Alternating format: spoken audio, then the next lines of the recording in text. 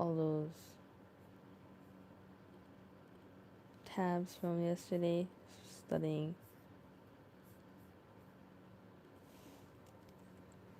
for the quiz, which, well, alhamdulillah, so glad about that.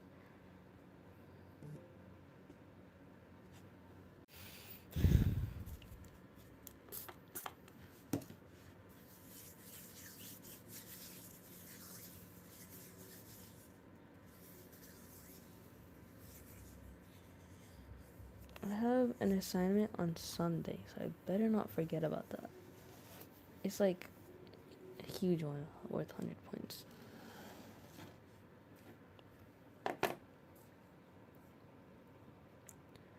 Okay, and then there's a capstone project, a lab, one last homework assignment for complex variables. That's it. I mean, doesn't look too bad, right? Class ends May 14.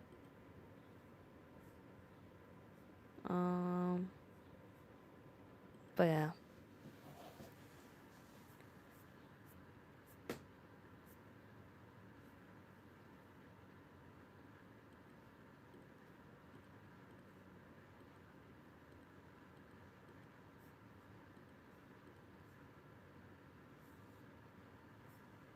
Fermat primality test. Should I take this note? Should I take some notes? And then first person to be here. Yes, you are. Erska, welcome back to the stream. Assalamu alaikum wa rahmatullahi wa barakatuh. Wait, you're Muslim. I mean, you're not Muslim. Sorry. But you say salam anyways. I think it's not. Anyways, it's not a problem. Okay, so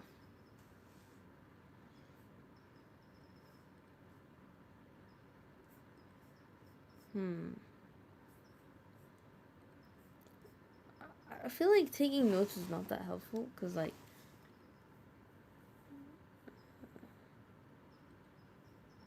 I don't really look at my notes like that. Welcome back, everyone. In this video, we're going to be doing some math, namely something called the Fermat primality test. Fermat primality test.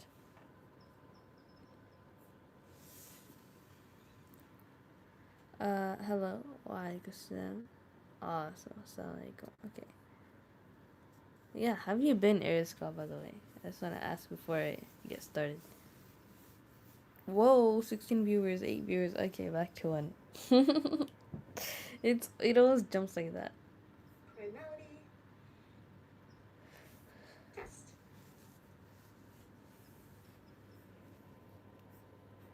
So in math, it's often the case that if you have some number p, you might want to know, is this a prime number?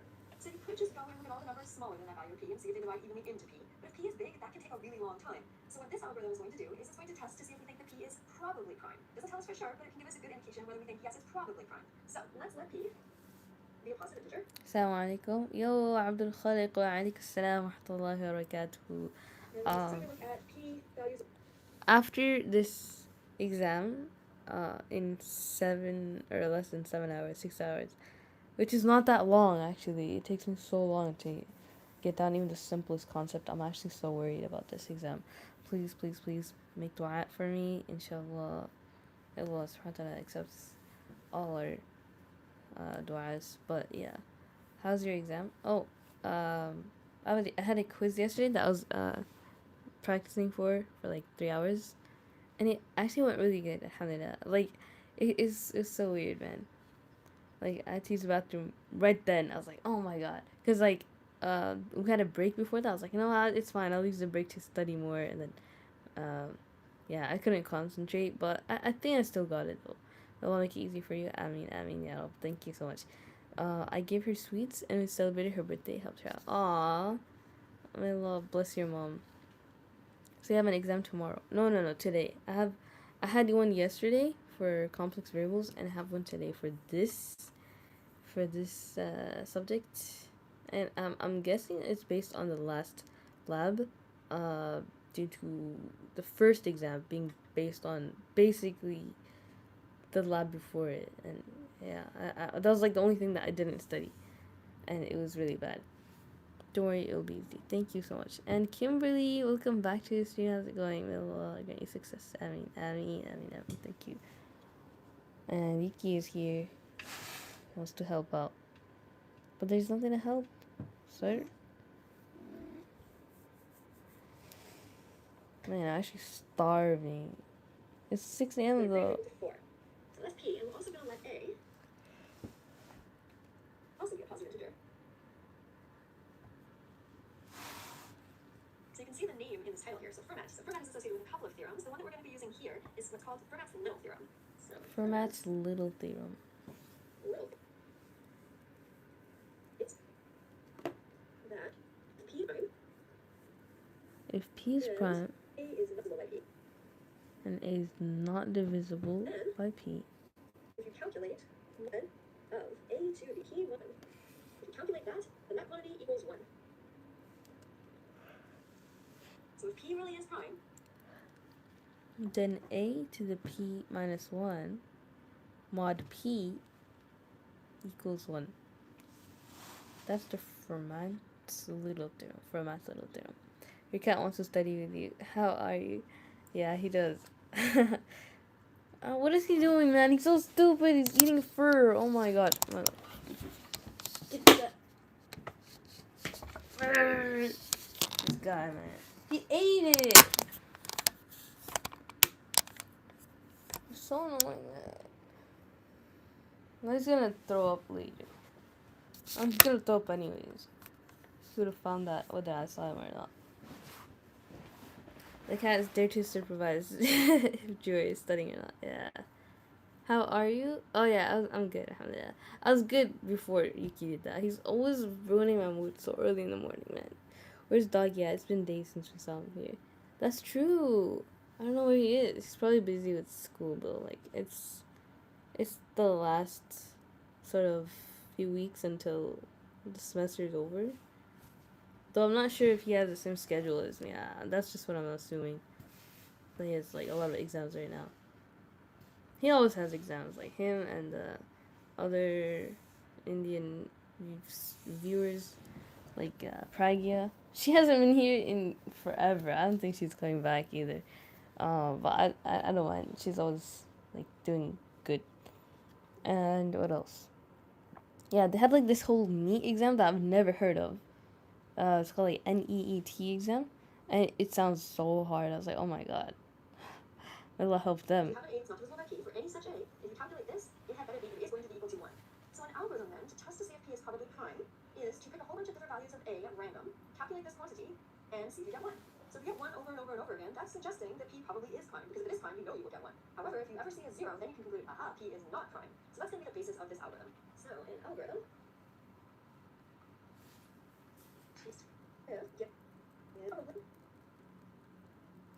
first going to choose a value of choose that of M. Talk a little bit more about how to do that in a little bit. We're going to choose a value of A, and we're going to evaluate this quantity. So we're going to evaluate, I'm going to call it Y just so I have a name to reference it as. So we're going to calculate Y as the mod of A to the P minus 1, comma P. Okay, so that's sort of priming what's going to be our while loop here. So our while loop is going to be while Y is 1. So while we keep getting a value of 1 that's looking more and more like this value of P is prime, but we don't want to go on forever. We want this algorithm to eventually stop, because if P actually is prime, we are indeed going to keep getting 1 over and over again. But so we do want to stop ultimately. So we want to have some notion of how many trials we're going to do, how many values of A we're going to test before we're convinced that P is prime. So while Y is 1, and I'm just going to write, we haven't done too many trials. We haven't done too many trials. So we're diving into code. What are we going to do? Well, we're going to choose another value of A and try again.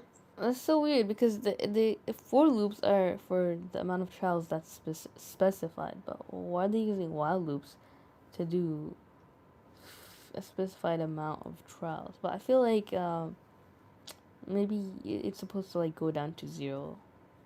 That's how they're doing it. I'm not sure though. The cat is cute and wants to study with you. I guess so. He just wants to ruin my mood, man. He ate a ball of fur.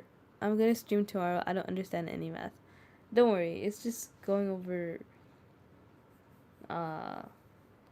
like a new theorem. Like it's new to me as well.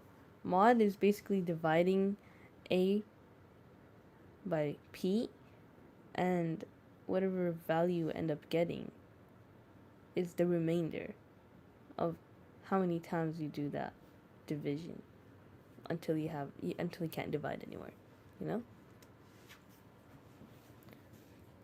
So we're going to choose a value of a at random. And then once again, we're going to evaluate y, calculate y as this mod function. So mod of a to the p minus 1 comma p. So eventually, we're going to stop this while loop eventually. So we're either going to stop because we found a y that was not 1. So if we find a y that's not 1, what do we get to conclude? Then we get to say, then this p is not prime, because I know if it is prime, all those y's have to be 1. So we're either going to stop if y isn't 1, or we're going to stop if we've done too many trials. So two different outcomes depending on why we stop. So once we're done with the while loop, so if we stopped, because By going to cook. Oh, what are you gonna cook? And I'm learning it in a different language. That's so smart. Like, I could not imagine learning another language on top of something else like that. Cook well, yeah. She does anyways though. Like, she's so good. She cooks like Nigerian food, right? Can really like fufu. the max number of trials. What do we conclude then? Then we conclude that p probably is prime. And p is probably prime. Otherwise, so if we had a y value that wasn't 1, Kenya then we food, know yeah, for sure yeah, that my p bad. is not prime. So else p is not prime. Okay, so that is this algorithm to test whether a number is probably prime. So the more value of a's that we test, the more accurate this algorithm is going to be. So I'll write that down. So the algorithm is more accurate the more values of a that are tested. And so now let's look a little bit more about choosing this a at random. So we know a is going to be an integer, it's a positive integer, so we know that. And then we know we're going to be doing a mod p.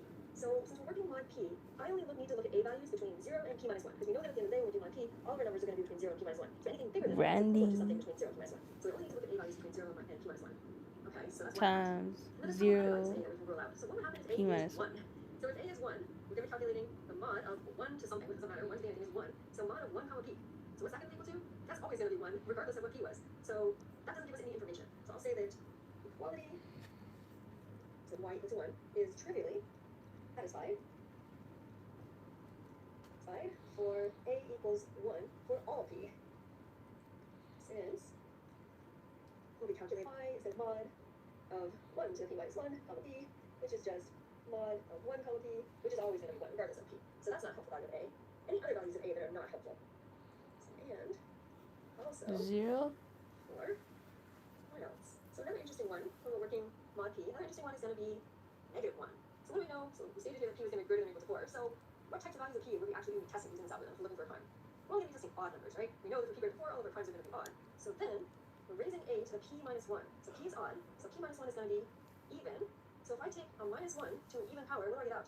-1. So then once again, we're going to have a mod of 1 comma p. So just like this case. So the a value of a equals -1, or mod p, is also not going to be helpful. So also for a equivalent to -1, which mod p is equivalent to p minus 1. This is all mod p. So that's going to be the case for all mod p. Since then we would have for our y. Y would be equal to mod of -1. Also for a equals -1, p minus 1 mod p for all odd. To the p minus 1 comma p, which is going to be Since mod then, of -1 to an even number, comma p, which is mod 1 comma p, which is 1. Again, regardless of what this p value was, as long as it was odd. So therefore, it's not interesting when we're generating our random numbers for a to look at 1 or p minus 1. So therefore, we choose, when choosing our random numbers, we choose a in the range. So only setting integers 2, and only go up to p minus 2. So when we're choosing our a value, this is the range of integers that we want to choose from. 2 Okay, let's do an example of p this. minus 2. So, an example. Well, why not p minus 1 again? I forgot. But anyways, the range is 2 to p minus 1 because you don't want to end up with 1 that doesn't give any information. I'll cook spaghetti and tomato sauce cheese on top. Ooh, that's not Kenyan, but sounds delicious. Hi, Yo Thunder, welcome back to the stream. How's it going? Just one more exam, Not for the whole semester, just like for this week. I mean, there can't be more exams than that for this week, right? Because the week ends Friday. But inshallah, I'll be free from these shackles after this afternoon. Inshallah. Hello, everyone. Hello, the Habib SK. How's it going? Sounds like a Muslim name. Assalamu alaikum if you are Muslim. If not, hello. Welcome. Hope you are having a good day. This is your first time here, right? In stream. So let's look at p equal to 7. So what does that tell us about our a values that we're choosing? Assalamu alaikum. Wa alaikum salam wa rahmatullahi. P minus 2, 7 minus 2 is 5. We're just watching a couple lectures, this one and another one, and then we're gonna focus on the actual coding bit. And Luca, my other cat is meowing.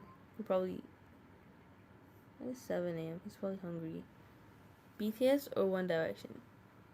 Probably One Direction. Even though Liam Payne died, and it's just because it's like English, you know. I kind of don't like Korean language, especially when they speak English. It's like cringy. I mean, Allah subhanahu wa ta'ala made accents and stuff, but it's still like they should just stick to their own language. Me Abdul Khaliq. Yeah, you can be the kitty. Yo, Rally Myrock. Don't speak, show kitty. Okay. That's the cat right there. Yeah, welcome to the stream. I like Zayn Malik. Yeah, he's very nice. I wish he were Muslim, but I think he openly left Islam or something. No more you, only kitty. Okay, thanks, bye. Okay. Fine. Okay, so as we do this, we're only choosing a values that are between 2 and 5. I'm picking a small example here so we can actually take a look. So here's where I normally ask you guys to choose your favorite random number between 2 and 5. So to 3. I'm just going to go through them, all of them. There's not that many of them, so let's take a look at all of them here. So we'll first look at a equals 2. So what does that tell us? Well, a equals 2, we'll be doing y is Where are you from? I'm from California. 2, so a is 2, to the p minus 1. So p is 7, so 2 to the 6. And then mod p, so mod 7. And we know what that is. So 2 to the 6 is 64. Mod 64, comma 7, which indeed is 1. 7. Okay, so Or, yeah, 1. So if we were to generate another random number, and I'll just pretend it was 3 this time, then we'd be calculating y as the mod of 3 to the 6, comma 7, which is mod of 729, comma 7, which also does happen to equal 1. 700. Then we next generated randomly 14. 4. Yeah, it's 1. Calculate mod of 4 to the 6, comma 7, which is mod of 4096. I'm from India. Awesome. Which also is 1. Wait. So the last random number that we could pop. Wait, Taha Habib. Is that your name, Taha? Are you a girl? I was taught by my mom. Oh, that's so nice. My mom is a good cook too, but I guess I don't spend too much time with her in the kitchen. I don't know. But I definitely have to learn as well. I just woke up. Yo, Alessandro. Well, good morning. Welcome. Hope you're having a good day so far. Hope you brush your teeth before this. I have a unique collection. Of what? But that's a weird name. I might have to ban you. Wait a minute. We don't have any mods in the chat. Other than Abdul Khaliq. That's good. He's here. Alright, if they're being weird, just ban them. Do you like snakes? I love snakes. Oh my gosh. They're so cute, bro. I was on a hike once and I saw a baby snake and I literally wanted to grab it, like just to like see, like, you know, like Coyote Peterson.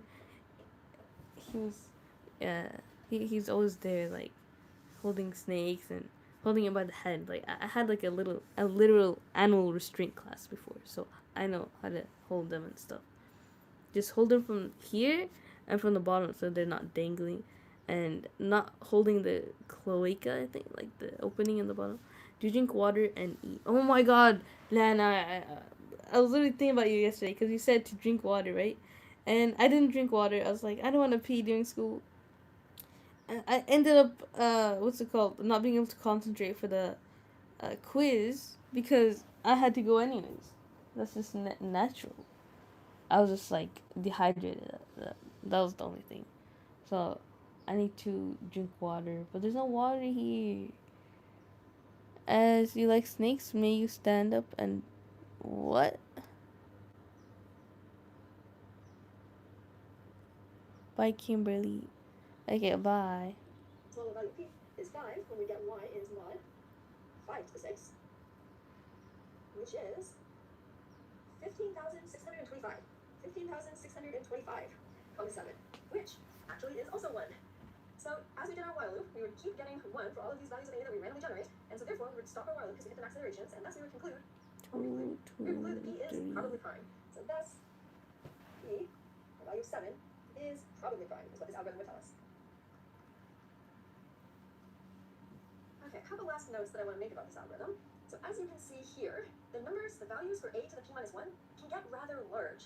So I'm going to put a couple of notes here. These are some implementation details. So notes. So note that a to the p minus 1 can be quite large. So if you're actually programming this in MATLAB, so normally don't worry too much about the types of variables in MATLAB. And MATLAB defaults to doubles, but doubles can't get as large as we need or as we would like to efficiently use this algorithm. So we're going to use a different type in MATLAB. Specifically, we're going to use what are called unsigned 64-bit integers. So we will use unsigned 64 integers.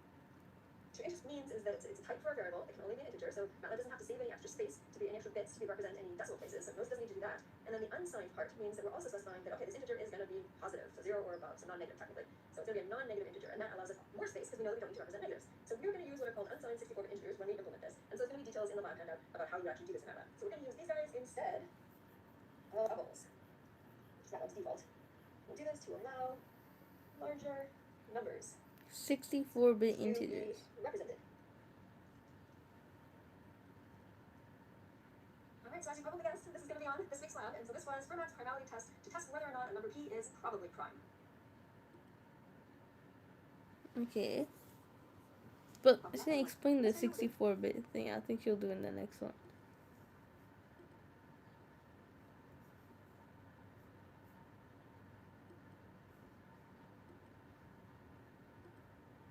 There's literally AI everywhere, and they expect us not to use AI.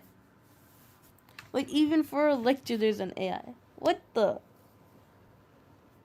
Do you do yoga? No.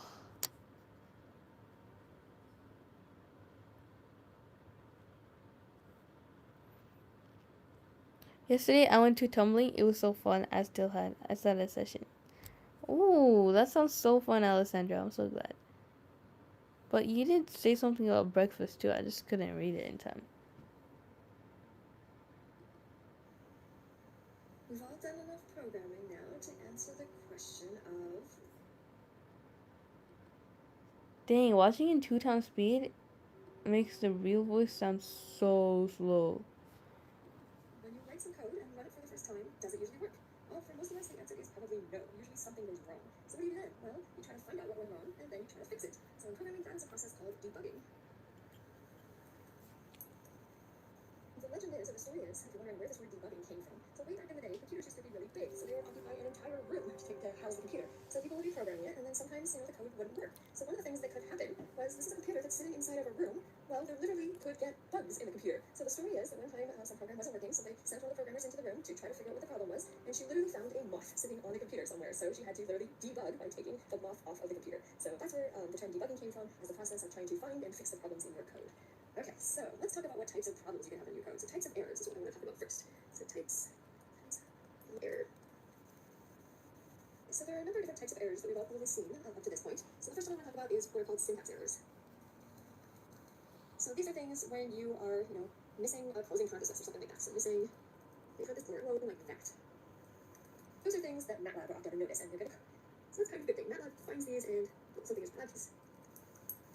Knows your program should be and says, yeah, I should have this, or I have then something. So these are relatively easy errors now. There's no usually number and you can go and fix these. The second type of error that we can encounter are called runtime errors. I think you like to brush your teeth, Alice. I eat breakfast right now, and then brush my teeth, and then when it's lunchtime, I'm gonna eat some lunch, and then brush my teeth outside. You have some nature, and then eat dinner, and brush my teeth. Oh, because she just got braces, so, like, braces tends to get your food stuck in your teeth way more than regular, just non-braces teeth. So, yeah. I get you, Alessandra. I've been there. Just make sure to get those like braces brushes. Like they usually give them to you in a pouch, like from the orthodontists. So yeah, you should floss in between. Also, it's really hard to floss with the braces on. So I use water floss, even though I don't have braces right now. Um, but yeah, water flossing is so good. Use it like before or after you brush your teeth. I prefer doing it after, just so that you could,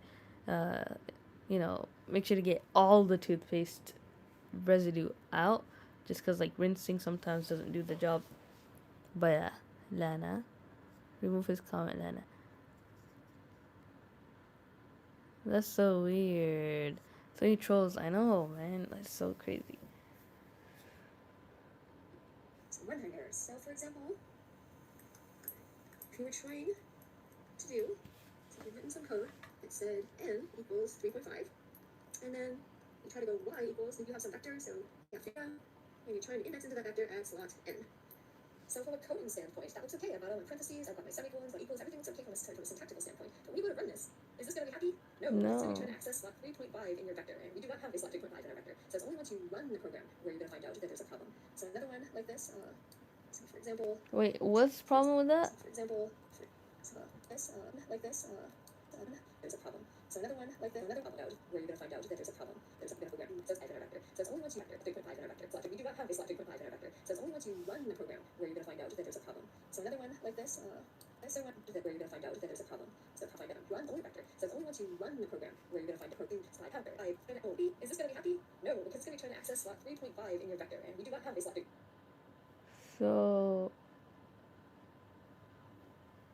So this is a vector AF data, and it's trying to find a section, a slot in that vector for 3.5, but it should be an integer because this is a vector, right? You're just trying to find a place for it, or like the index. Good luck with the exam. Thank you, Ronaldo Sierra. Welcome. Why is there so many of these comments today? I didn't see them earlier. I know, it's so weird. Thank you so much, moderators. I really, really appreciate it. Look like Lana has a lot of fans. I'm Ted, what the hell? Oh, dang, really? That's crazy. But yeah, we have a lot of youngins in the stream. Wait, but you're 10? That's so sad. Like, what? You shouldn't have to deal with these trolls. They're actually so bad. Like, I want to preserve your brain. It has to at least grow until it's like a teenager before you have to interact with these type of things. But yeah, maybe I should make Coco a mod. You're half my age. Okay, I see why you guys retracted those messages. It's fine. I don't really say my age either. 7, you 20? Yeah, he's 20. So it's only once you run the program where you're going to find out that there's a problem. So another one like this, so for example, trying to find a sum. We try to do it, like for I equals 1 up to 10, maybe we're trying to do f sum equals f sum plus I. And okay, so from a syntax standpoint, that looks okay. I've got my for, I've got my end, I've got a nice vector. All that looks alright, but when I try to run this, what's going to happen? MATLAB is going to yell at me. It's going to get to this line here where I'm trying to do f sum equals f sum plus I, and it's going to say, I don't know what f sum is. Because what do we do? What do we not do? We forgot We to didn't initialize f sum equals 0. Okay, but when you try to run them, you're going to see that there's actually an error there. So that's our second type of error. So the last type I'm going to talk about are what are called logical errors. So these guys are not a syntax or runtime error.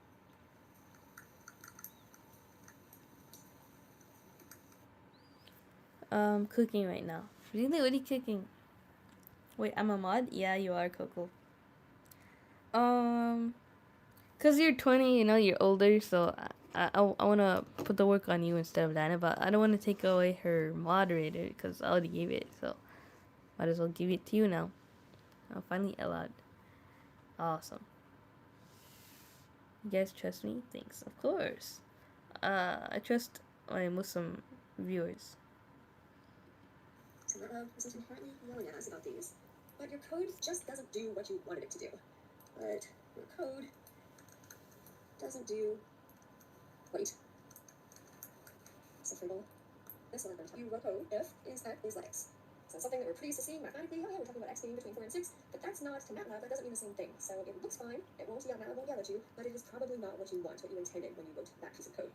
The other one that's a logical error, which we've probably now seen for last week's lab, is an infinite while loop. That is probably not what you intended if you accidentally stumbled upon an infinite while loop. So infinite while loop. Another technical error. So basically your code runs, and so maybe it'll complete, it just won't give you the right answer, or it will complete and you'll have something like an infinite while loop, either of which that's not what you intended for your code to do. So those are sort of three basic classes of errors: syntax errors, runtime errors, and logical errors. Syntax and runtime are easier to deal with because MATLAB basically yells at you and helps you find where the problem is. Logical errors, you have to think. You have to look at your code, look at the output, and try to figure out what's wrong with it, and then how do I fix it. So that's what the next thing I want to talk about then is some strategies for debugging. So kind of a combination of what can you do to try to avoid bugs in your code in the first place, and then also what can you do to try to help you find where the bugs are when you do have them. So the first strategy I'm going to talk about is something called function stubs. So there are logical errors, runtime errors, and syntax errors. Oh, Coco, you guys. Well, since I'm not 8 anymore or 9, I'm actually 12 now. That's crazy to think that you're older than Lana. Because Lana is really mature, I'd say. Like, I would think that you're like 5, Alessandro. By the way you type, but I'm assuming English is not your first language or something. I have bad news, my screen has green light. Huh? What does that mean? Did your phone fall down, Coco? Oh, you mean because of his many commas? I think he was just like taking it in. So 10 minutes more of this shenanigans. And I'm so tired. And then after that, we'll look into the code. So the goal here, and one of the strong beliefs that I have about programming, is I like to run my code as soon as I possibly can. So our goal is to run. Yes.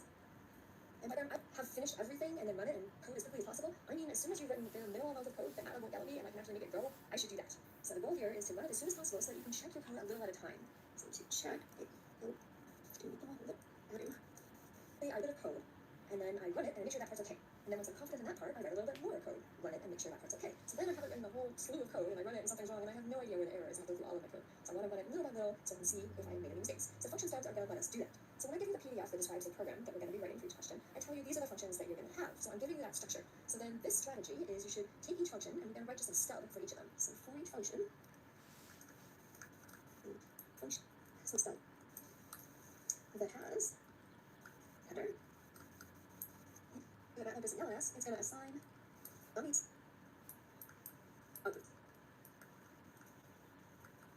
It's not anything else. So what that does, and when I give you the PDF, I tell you what the function name is, and I tell you these are the input variables it has, and then I tell you these are the output variables it has. So a stub for a function would look something like function, maybe it has I don't know, my function. It has input variable and in. So you set up that function header, and then you would just say, okay, it's got one output variable, I'm just going to assign it some dummy value, so -1, and then put an n. Look at that, Duolingo.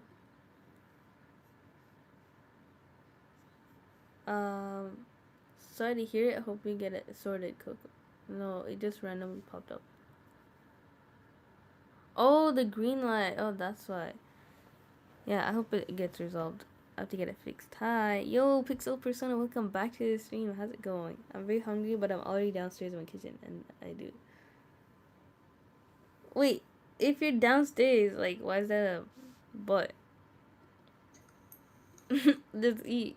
You're in the kitchen, right? This should be food. So you can set up the structure of your code. Like normally your main line is going to call this function, and it's going to call this one. Wait a minute. If I get Duolingo notifications here. Oops. Does that mean I could play Duolingo on my phone? On my laptop?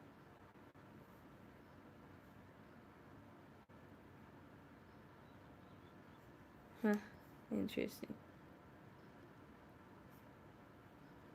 I really do not know what to eat. Eat some eggs and orange juice to give you all the nutrients you could ever need. No, for real. Like, look at this. Eggs and orange juice is a highly nutritious, iron-rich pairing often consumed for breakfast. They can be consumed separately or combined to make scrambled eggs fluffier and sweeter. Oh, wait, what? You can put it in your eggs? But separately is better. That's like classic breakfast.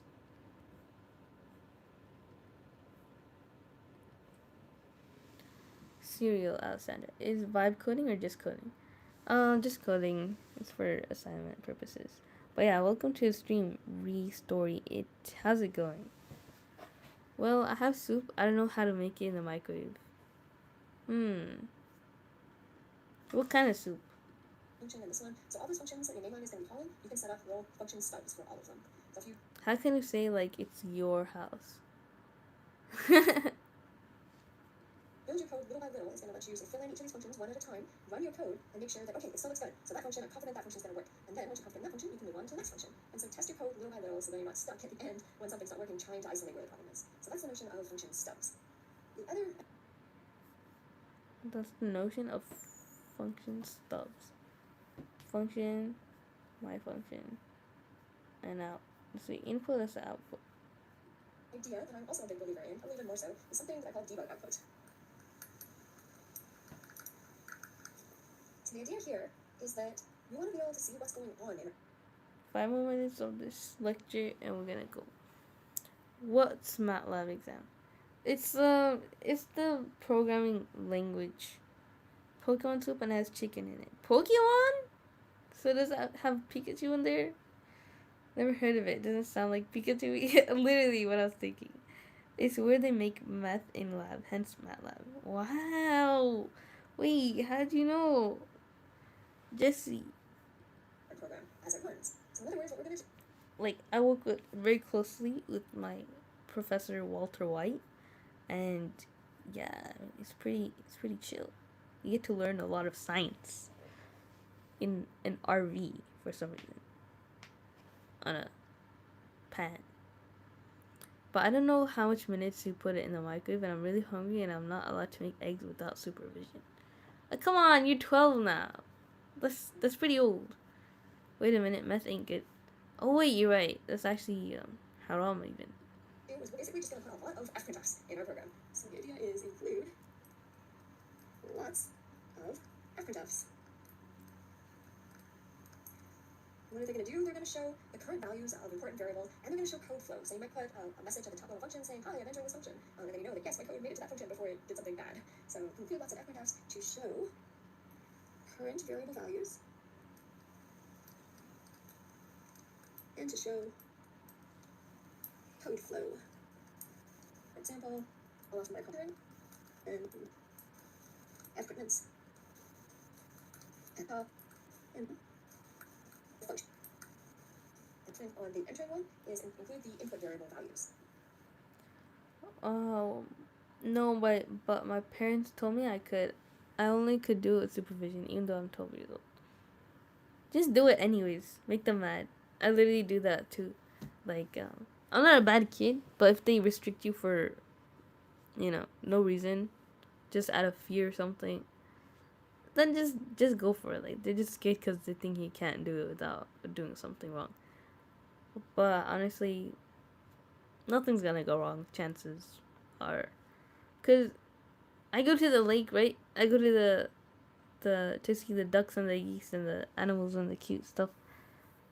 But they wouldn't let me. I just went by myself. Alexander, you're literally chatting with your phone or whatever. Just search it on YouTube and you'll find everything. Yeah, literally. If I were like a really restrictive parent, like worried about my kid's protection, I would care more about the phone than cooking. Even though cooking has like a risk of setting the house on fire, how using your phone does not. The mental health of a child at 12 years old, their attention span, everything. But I feel like this type of content that you watch is okay. Like, it's not ruining your attention span. I'm glad that you're always here on my live streams, and yeah, it's like a healthy place. You guys really make me feel jealous. Such young people, mashallah. May Allah bless you. I mean. But there's nothing to be jealous about, right? Like, what are you most jealous of, young people? Like, what do you want from the youth back again? I'm pretty interested in what answer you have to say to that. Alessandro, you're literally chatting. Okay. Alhamdulillah, khalaq, may I say uncle or brother? I don't think he's that much older than you. You're 20, right? He's probably like, he said 33? Okay, 13 years? That's like much older brother. I'd say you could say brother. Uncle at 13 is possible, but it's not that common, I'd say. Including input variable values. I'm entering one. So I know, okay, my function, I'm joining my function, these are the values of my variables, and then for the outgoing one, right before the end in my function, I have another fprintf, where there, if there's any output variables, I'll print out their values as well. So including input variable values and output variable values. So it lets you see whether or not your code is flowing as you expect and whether the variables are getting the values that you expect. The other really common place that I like to put debug output in is inside of loops. So going over and over again, you're usually changing the values of variables inside the body of the loop. So I often like to put an fprintf that tells me what the loop iteration is. So if there's a counter, I'll print out the counter, and then I'll print out any values of the important variables that I care about. So also, as an example, using an fprintf function tool, value. That's probably one of the more difficult parts of programming, but these two strategies of trying to run your code as soon as possible, illustrated by function subs, and putting in lots and lots of fprintfs to see what's going on are really good strategies to help you find. For debug, the other trick that's sort of is often if you're trying to really quick debug output MATLAB, if you semicolon a line, you use a beaver, but it's often like an fprintf if you're trying to print out a lot of them, to put a lot of variables, to put a nice sentence. Alright, I think we're done with these lectures.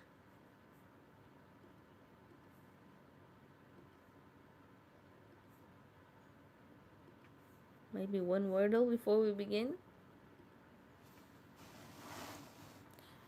Did you guys drink water and eat today?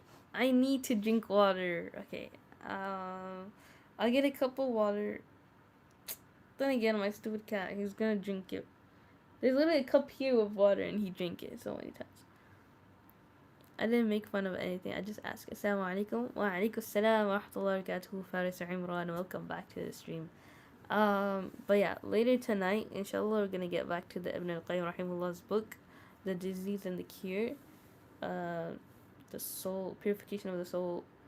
It's been so long since I've read that. It's because I didn't get a chance to. It's like your free time is haram once you have like a exam coming up, basically. Good cocoa. Yeah. Today I ate good mutton and some veggies. Ooh. Yeah, mutton is very popular in South Asia. I'm like a protective brother or a mentor. MashaAllah. Mentor. Never mind.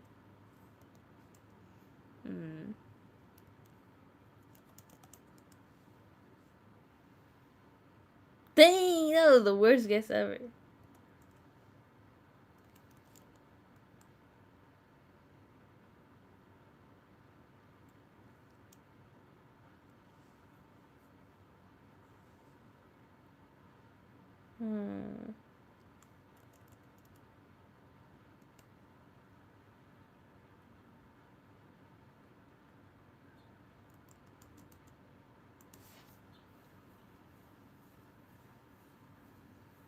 Wait, what? This is a really hard word, guys. I thought you were 40. He's actually so much younger than 40. Good Coco. Cloud? Oh, good guess. Well, there's no D, so basically we're checking the spots for O. But it should have an A in it, so it can't be that.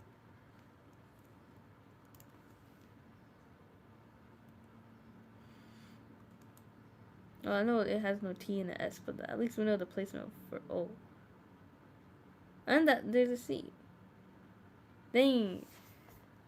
This is gonna be hard because we have one try left. It has to be correct. But A has to be over here or here. And C has to be over here or here or here.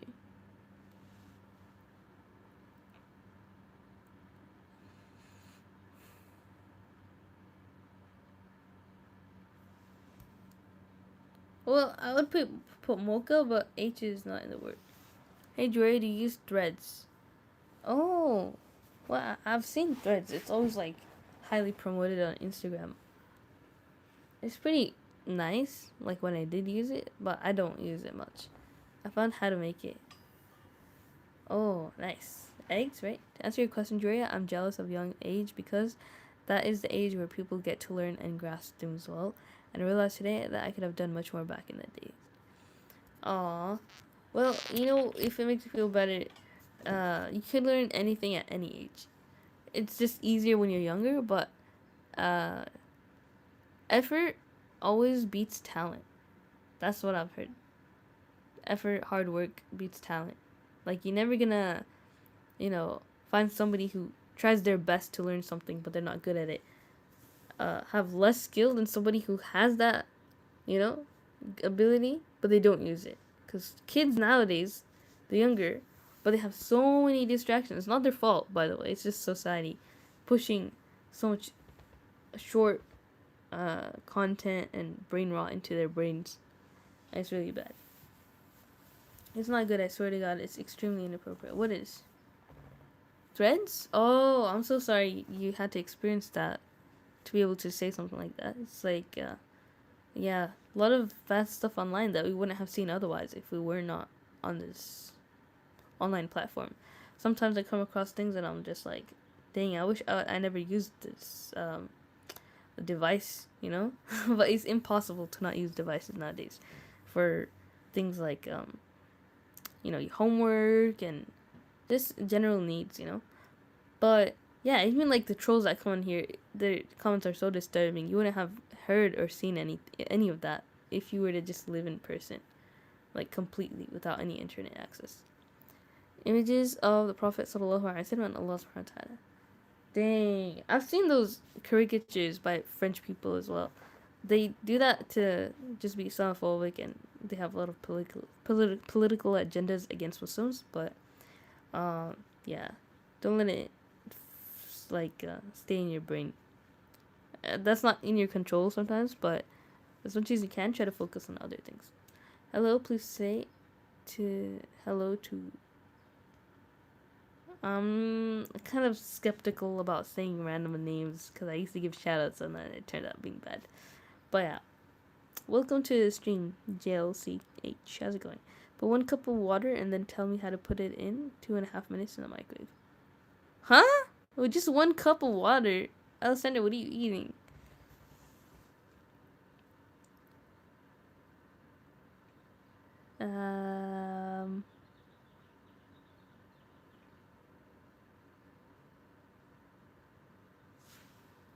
Any guesses?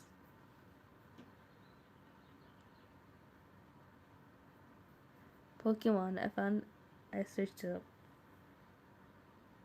Pokemon soup? Okay. Okay, I don't think we're gonna get this if we try. 1 minute and 30 seconds, 8 seconds enough. Or else the egg will burst. Oh yeah, eggs in the microwave is apparently really bad.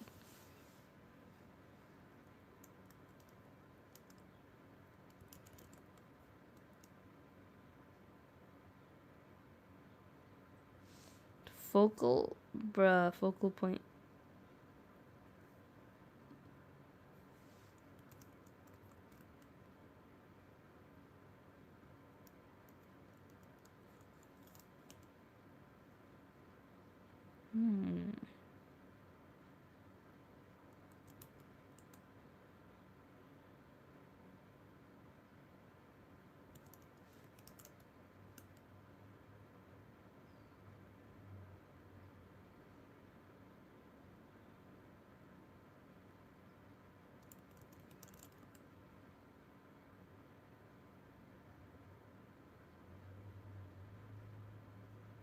Oh, I should have chosen another word because I know there was no C in there.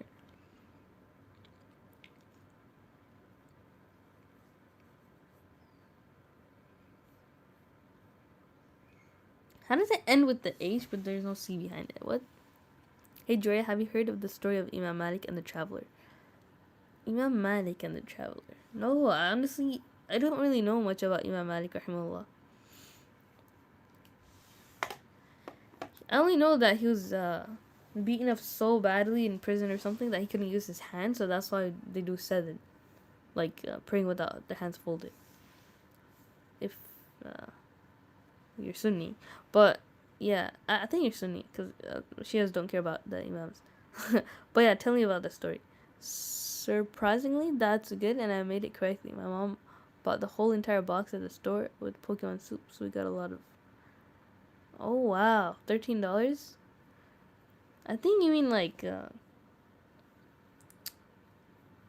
I don't know what kind of soup that could be. I know one about Imam Shafi'i. Oh yeah, say.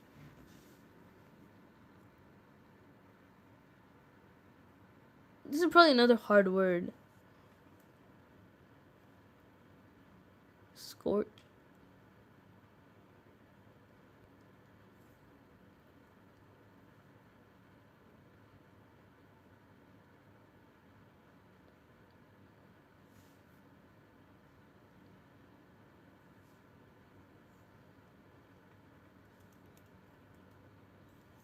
Surah. Is that a word?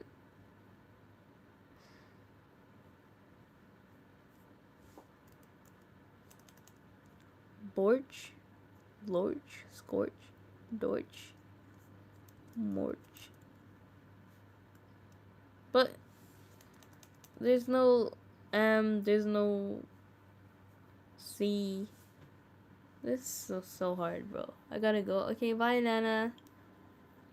Well, in one video, share group said that Annie is Gaba. Annie's water. They're so funny, man. Like the way they sing about Ali radiallahu anhu. It's crazy. Any guesses, guys? I can't believe Surah worked though. I was just testing.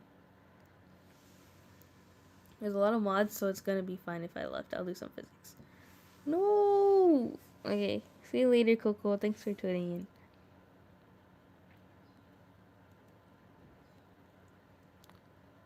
in. Warch.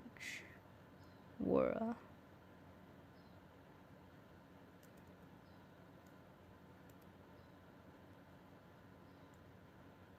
War.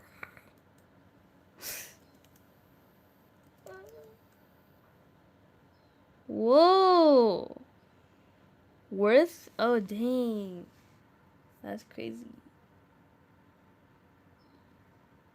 Man, we're not good at that today.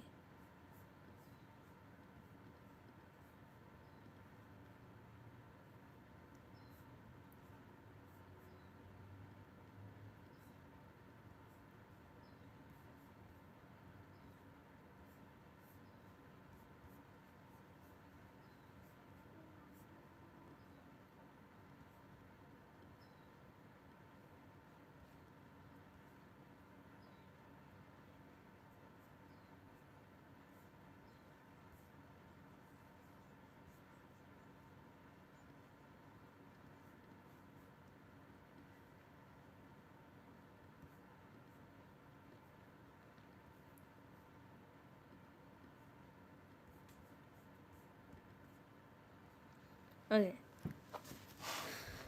So, in this program, we'll investigate a naive way to search for twin primes. As integers greater than 1 is prime if it is only evenly divisible by 1 and itself. In other words, the only factors are 1 and itself. So this is using that theorem that we went over, right? I'd start with the F, I forgot it though. School is actually the best time before life hits hard. But school is my hard time. Go to YouTube and search for the story of Imam Malik and the Traveler. I have narrated a short story about 2 minutes long. Okay. That's a good break time video to watch. Wait. The story of Imam Malik and the Traveler.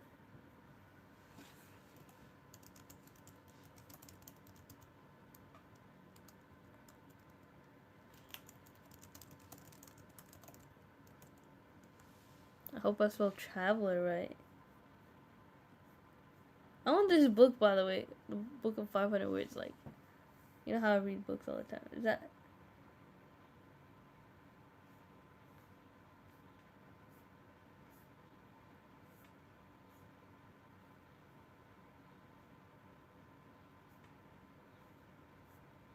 Is it on your YouTube channel? Because I feel like I could just see your channel.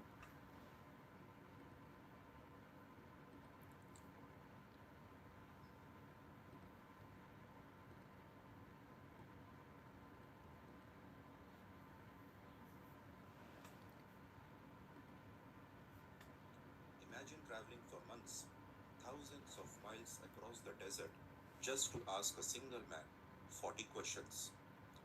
This was the reality for a traveler who reached the city of Medina.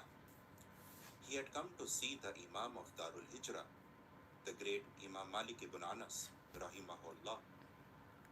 His Oh wait, happy. I don't really have. I really don't have school, but I need to. But my parents said I don't have to. What, Alessandra? Your parents are crazy. I mean, that's stuff a lot. I mean, like not to be rude or anything, but like your education is really really important, Alessandra. Like you have to go to school. I don't know if you're homeschooled. That's why they're saying that. But I hope you get your education somehow.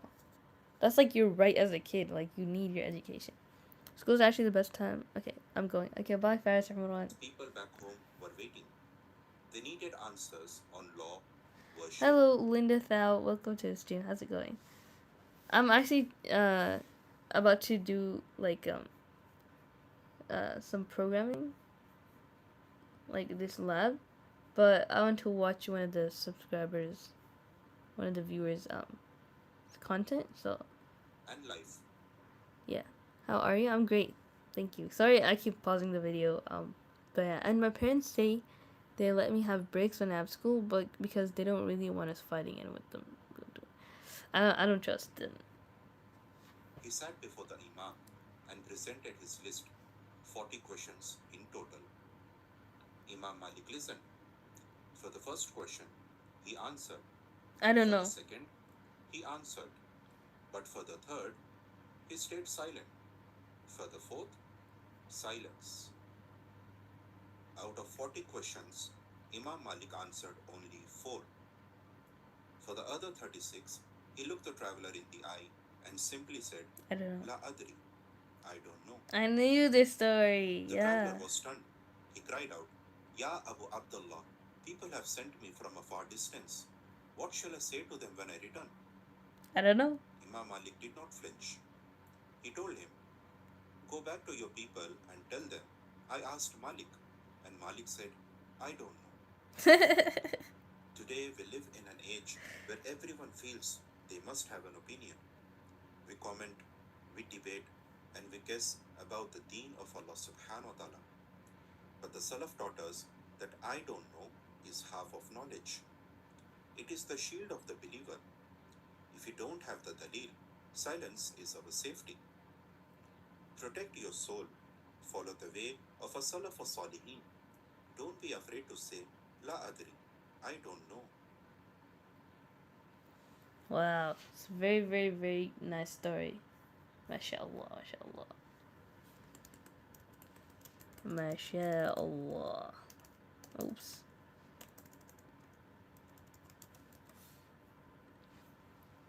Alright.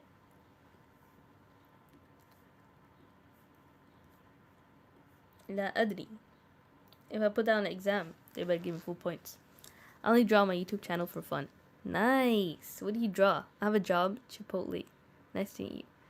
Oh, really? That's so cool. Nice to meet you as well. Yeah, it's cool that you work at Chipotle because like that's the kind of job that like I should be getting, but like I'm not able to like balance my school and a job. So, big thumbs up for you. You don't trust my parents tomorrow. I actually have to do school. Oh, it's just for one day. I thought they didn't take you to school at all. I was like worried. I was like, what? What is going on? Hi, and her best no. Welcome to the stream. How's it going? Well, we're just gonna do some programming. That's it. I mean, it's already done. It's the question that we're doing, right? But basically, we wanna use a theorem. It starts with the F. I forgot the theorem though. My bad.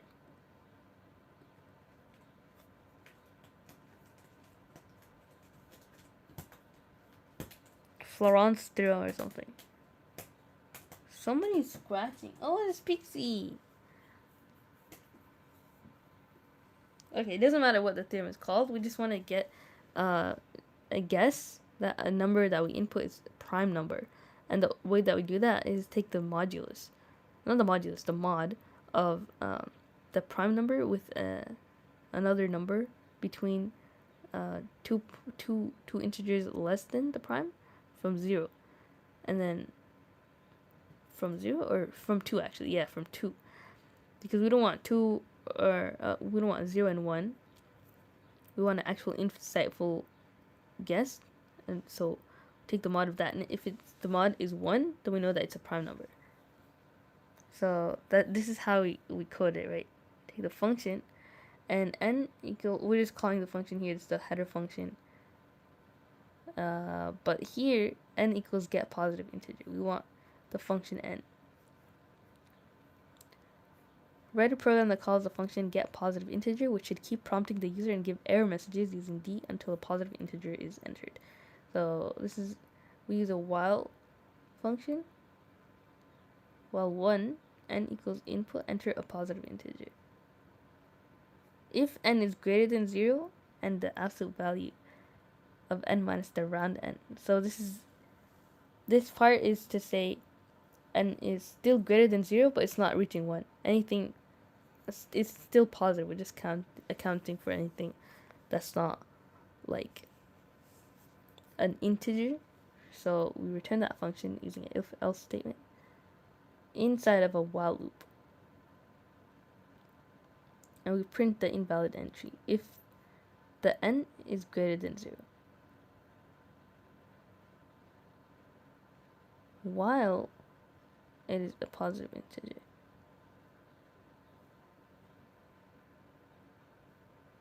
So if it's like not an integer, right? If it's a decimal, we don't want a decimal point. We want an integer.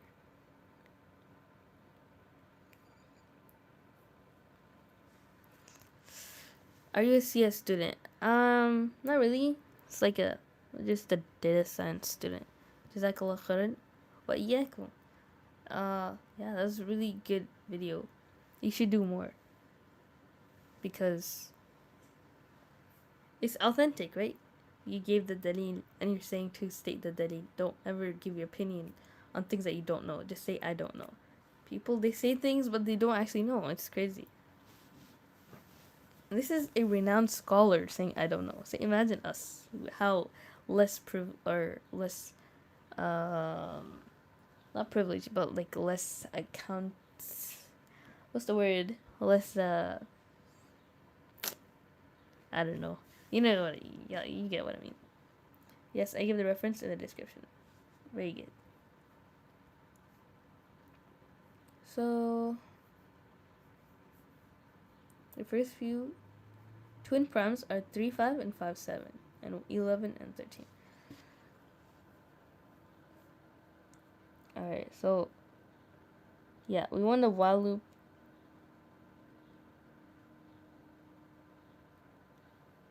So the condition is while 1. But why do we put while 1?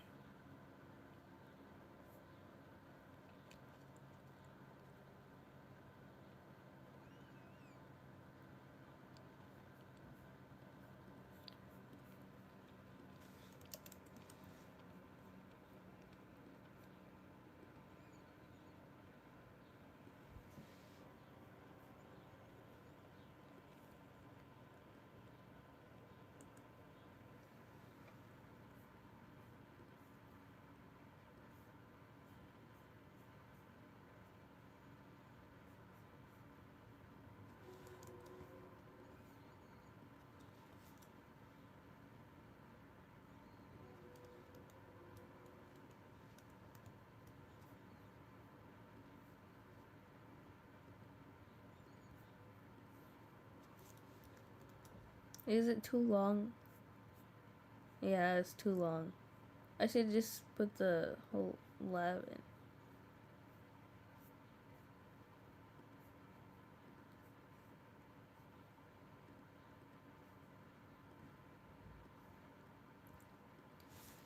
Can you explain my code wise while 1 for some of the conditions?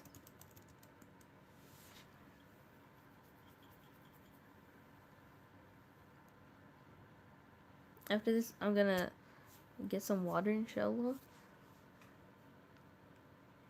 Loop forever until I explicitly stop it with a return or break. Oh, so it just stops here.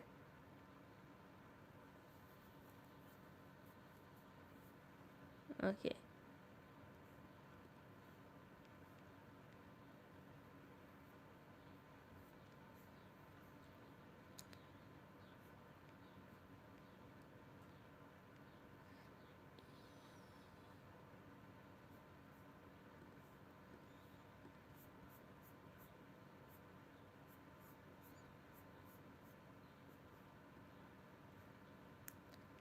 Return the resulting value. So return after the resulting value. And then after that, we put the invalid entry for n. Whatever they put in for n. And then we end that loop, that while loop, and then we end that function. Why are there so many ends? What? The function, there's a while loop, and there's an if. So there has to be 3 ends. Okay.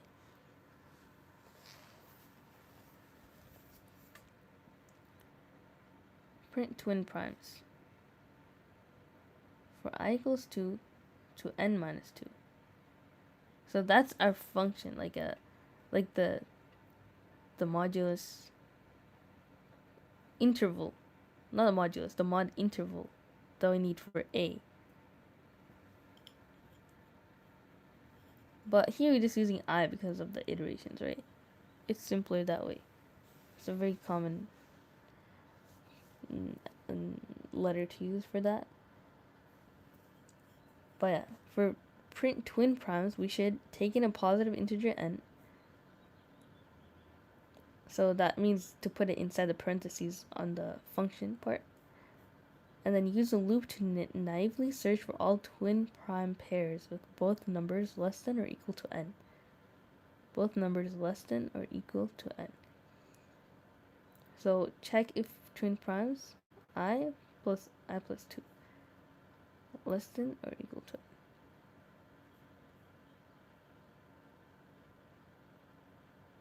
So this is less than, this is equal to.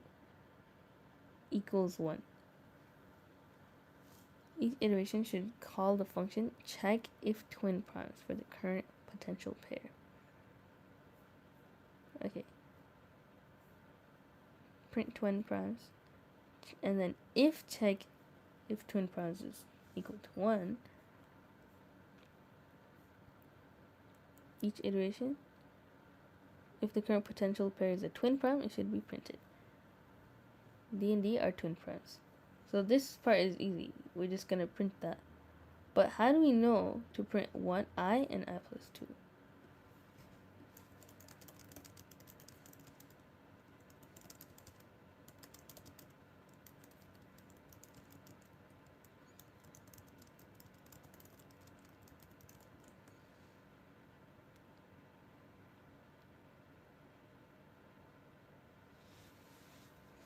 Twin primes are numbers that differ by exactly 2. Oh, okay, so these are exactly 2 numbers apart. So mathematically, if one number is I, the other must be I plus 2. So that's how you check twin primes, because I didn't know the term twin primes before that. Yes, okay.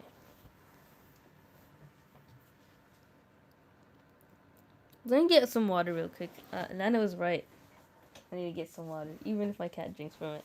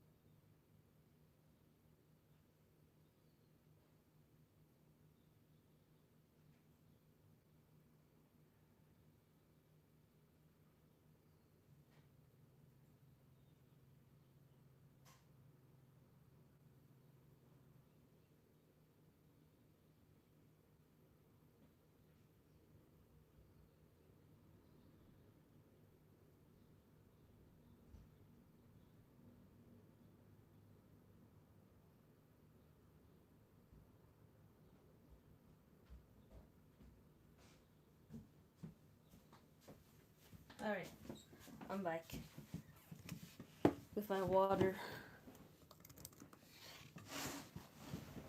Hopefully. Should I stop streaming though? Look at my cup. Ecuador. Almost spilled it though.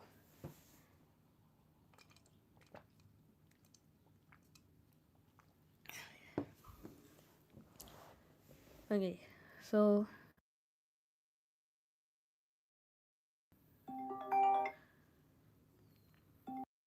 still calling me what the.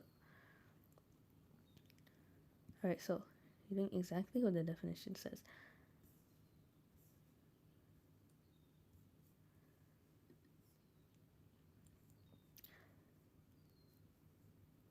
Naively search for all twin prime pairs with both numbers less than or equal to n. But how do you know if it's less than or equal to n?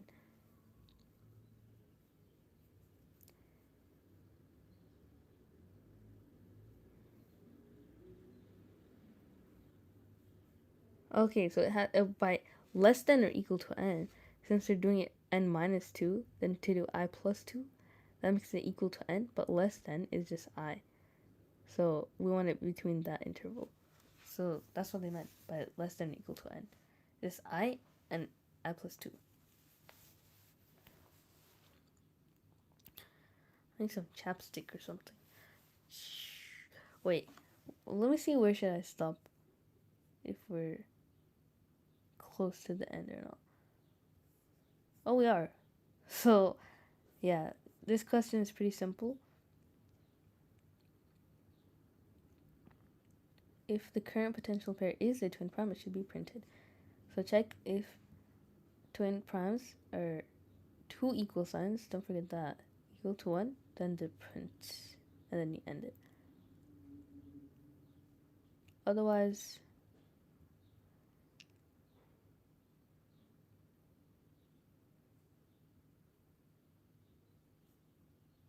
it's an invalid entry. Assalamu alaikum. Oh my gosh, Tofu! Alaikum assalam wa rahmatullahi wa barakatuh. I left to get some water and everybody left. So I was like, okay, should I continue streaming or no? Because I do have to do some chores after this.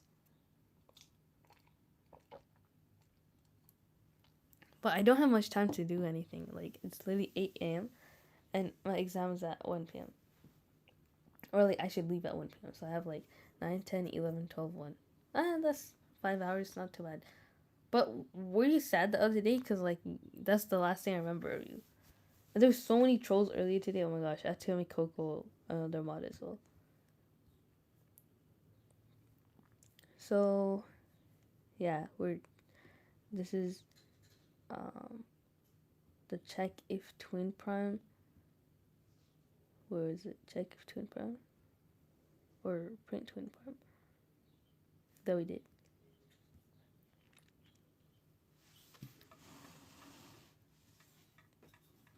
Look at this cup, Ecuador. A souvenir for my traveling cousin.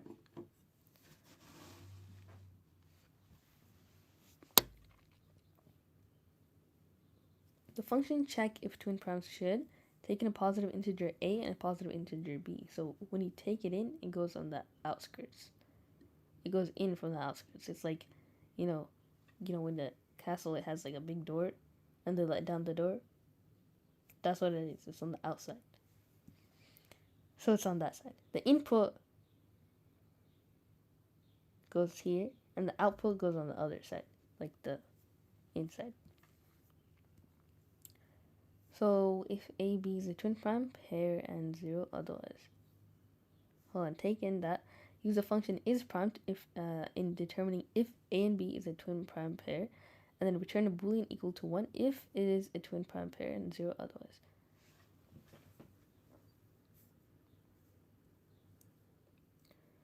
So we put A and B inside, and if is underscore prime A is prime equal to 1,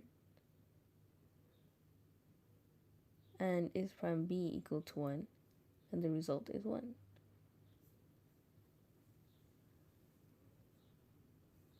Use a function is found to determine if it's a pair.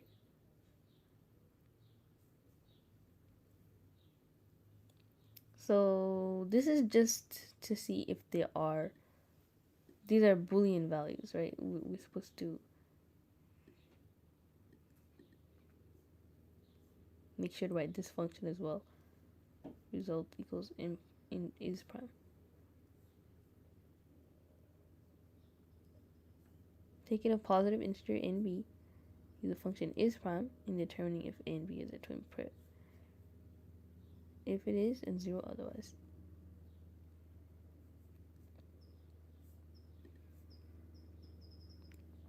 Is prime a.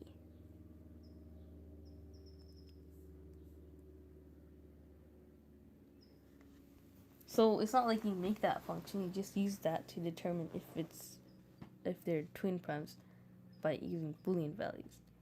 But for the function here, the is prime function, you build it actually here. So what is it? Function result equals is prime n.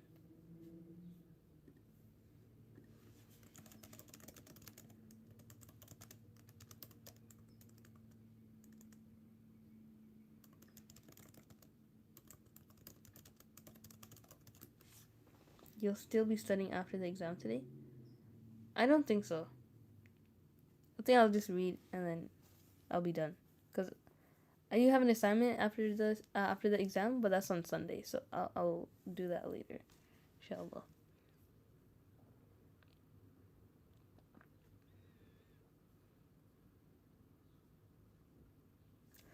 So we use result in that because it's part of the code. Result equals 1. The key line is the function header. Whatever value stored in result is what the function returns. So if the result is 1 and the result is 0, then that's what we use for the earlier function, right? Check if twin primes. And if it's 1, and if it's 1 on both sides, then the result of that is equal to 1 or 0. So if n is less than or equal to 1, then the result is 0, and then you return it. Less than or equal to 1. That means returns boolean equals to 1 if it's a twin prime, 0 otherwise. Actually no, this one. For numbers other than 1, use a while loop, which should stop as soon as possible to determine if the input number is prime.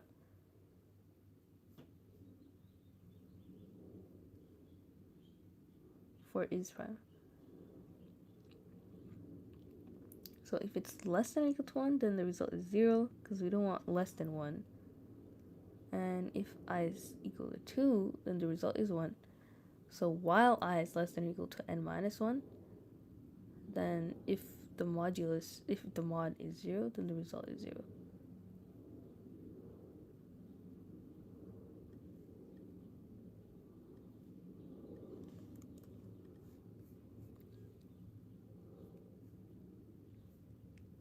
Note that we wish to determine with certainty if the number is prime, not simply if it is probably prime. Okay.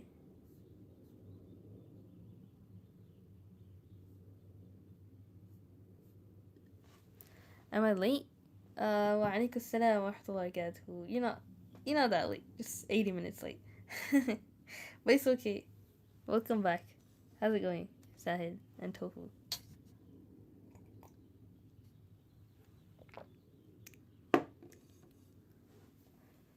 So I have the whole code here and it works. I made sure it worked, but I don't understand like how they made this bit of code here, because they're just saying if it's less than or equal to 1, then it's 0. They're not saying if it's 1 though, but they're saying up here. No. If the result is equal to 1,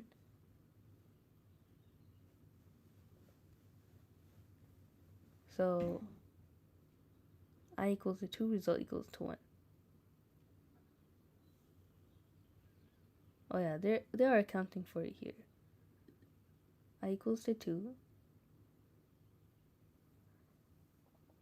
Because we already said that. Wait, can we put less than 2 here? Would it still work?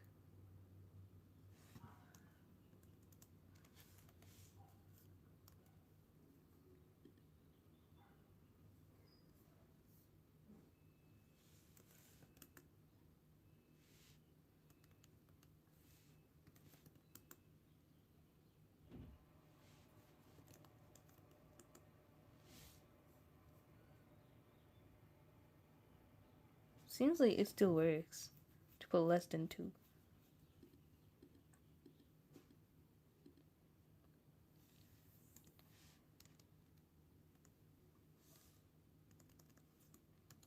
But basically to put less than or equal to 1. Hi guys, I'm back. Yo, Shelby Bob, welcome back to the stream. How's it going? Welcome back. I was bored. Welcome back, Faris Imran. That's nice. Yeah, how have you been, Shelby Bob? So for this function is prime n, we take in the n value, and then if n is less than or equal to 1, then the result is 0. Makes sense, right? We just return the value after that, based on what it says. Taking a positive integer, so positive means we have to make sure it's positive, and it's like, if it's less than 1, then we don't want it. And it can be 1 too, because 1 is not necessary. For numbers other than 1, use a while loop, which should stop as soon as possible. So when they specify which should stop as soon as possible, then that means we use the return after that, after the if statement, to determine if the input number is prime. So while I is less than or equal to negative to n minus 1, when we specified 2, I is 2, and the n minus 1,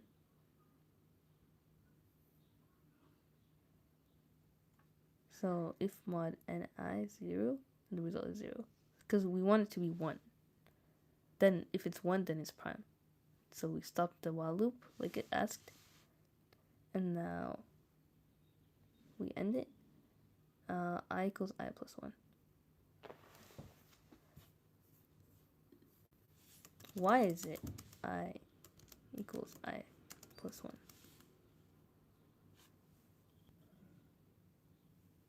Absolutely essential for this. Taking the current value of I, add 1 to it, and store it back into I.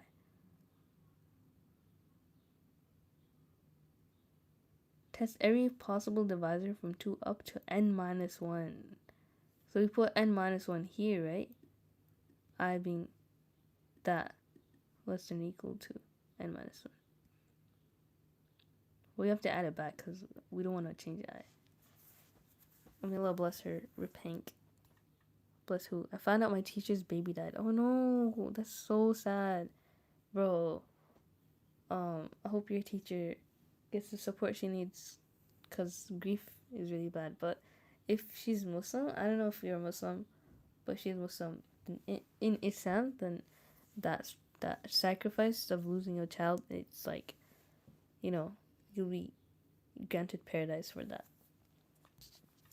Hello, bless her. Faris means night in Arabic. True, coding nice here. Yeah. Wait, Faris knows how to code? That's cool. David Solomon, welcome to his stream. No to tofu, yes to tofu. Okay. 1993, hell is that? 7 plus 26, that's 35. You're 35, David? That's like older than Abdul Khaliq. That's like the oldest. I guess I'll take that as a compliment. Alright. So we have to add back I equals I plus 1 in the end.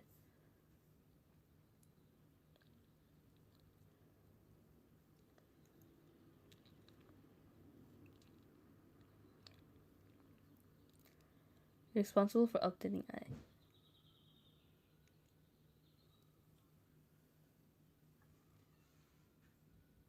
And it prevents an infinite loop as well.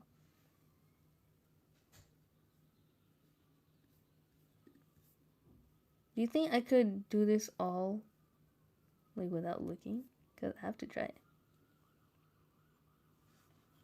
She has been out for a long time and the substitute teacher is strict. Dang. Man. It's usually the substitute teachers that are nicer. Alright, so should I take a break? Should I stop streaming and then start again afterwards? Because I have to like do some chores. I have to clean the litter box, hang some clothes, and eat breakfast and that. Pray Lorha. How did your day start? Pretty good, I'd say. I don't know. I just started, so it's like 8 a.m. right now, and I've been studying since, so I feel better. Alhamdulillah. Like, I was stressed out about studying if I'm gonna get it. But inshallah, I will. It shouldn't be too bad this time around. Because. But then again, these questions are so long. Look at this. Boolean.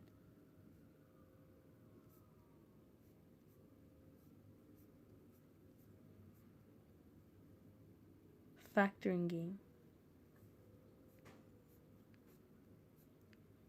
A game, bro? To code a game. Astaghfirullah, I'm a recent Muslim and my brother Faris is the first Muslim to reject my compliments. Reject? He said I will take it as a compliment.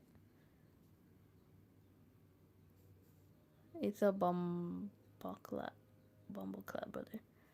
She has been out. Okay. What does this bumbleclap mean? I'm not sure. Is it a bad word? Waking up. I don't know either. It's better to take breaks and study than study continuously without any breaks. So I would recommend you take a break. Alright, Sahid. Thank you for your input. And I'll take a break right now. And I'll end the stream and I'll start again after a bit, inshallah. Alright. Assalamu alaikum wa rahmatullahi wa barakatuh. Thank you guys.